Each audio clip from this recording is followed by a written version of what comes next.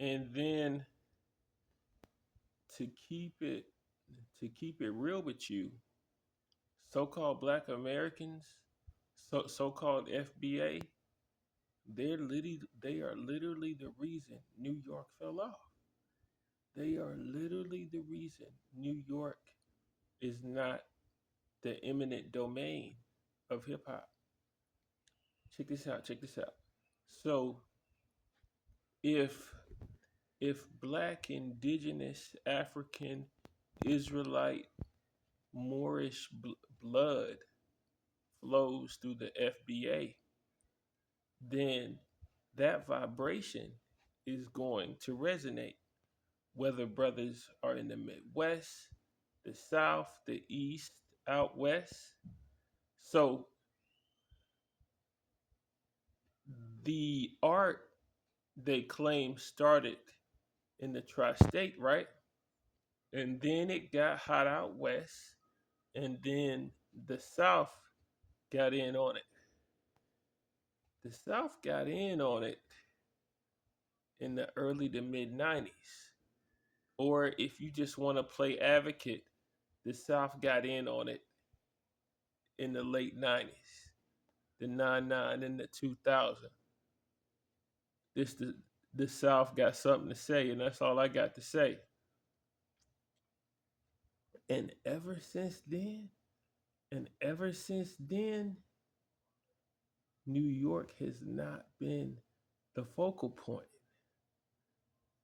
Like Tupac, born in New York, reps the West, man, man. And it's no disrespect, it's no right or wrong. At the end of the day, it's art, so it boils down to preference. But what I'm saying is if you add up all the units ever sold in this country by region, by artist, so-called FBA, Israelite Black American artists, not in the tri-state area, have sold way more records than those West Indian greats coming out of NY. And it's no diss. We love those brothers, LL, Jay Z, 50. The list goes on, you know. And see, this is really a nuanced conversation because when it comes to hip hop, the average listener is a casual listener. What do I mean by that? I mean, the average listener is not checking for what's moving outside of his region, right?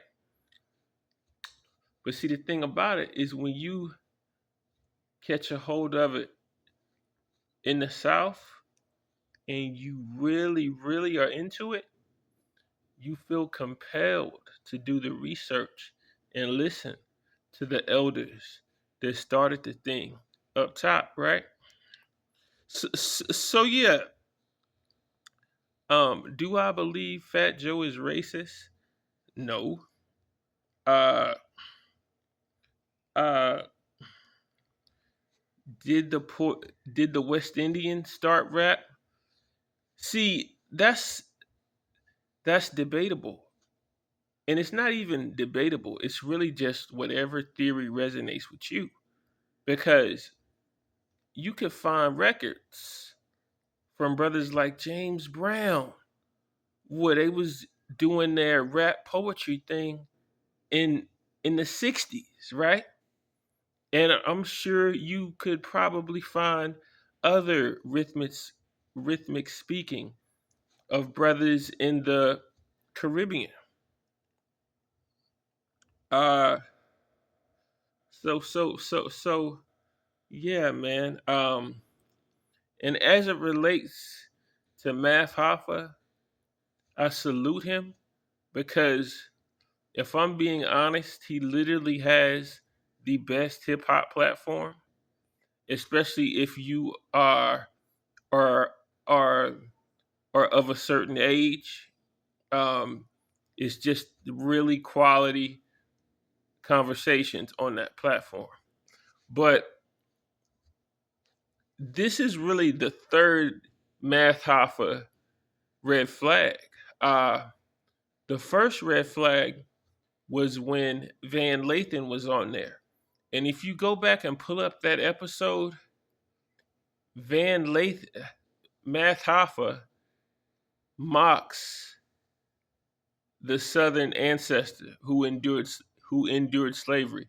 If you go back and look at that episode, Van Lathan was arguing that it's dignity in trying to survive and live life. And Math Hoffa was on some rah rah, uh, give us free, and he really casually denigrated uh, the Southern ancestors who endured that. The next red flag for Math Hoffa was the La Russell interview. Now, here's the thing. He has two La Russell interviews.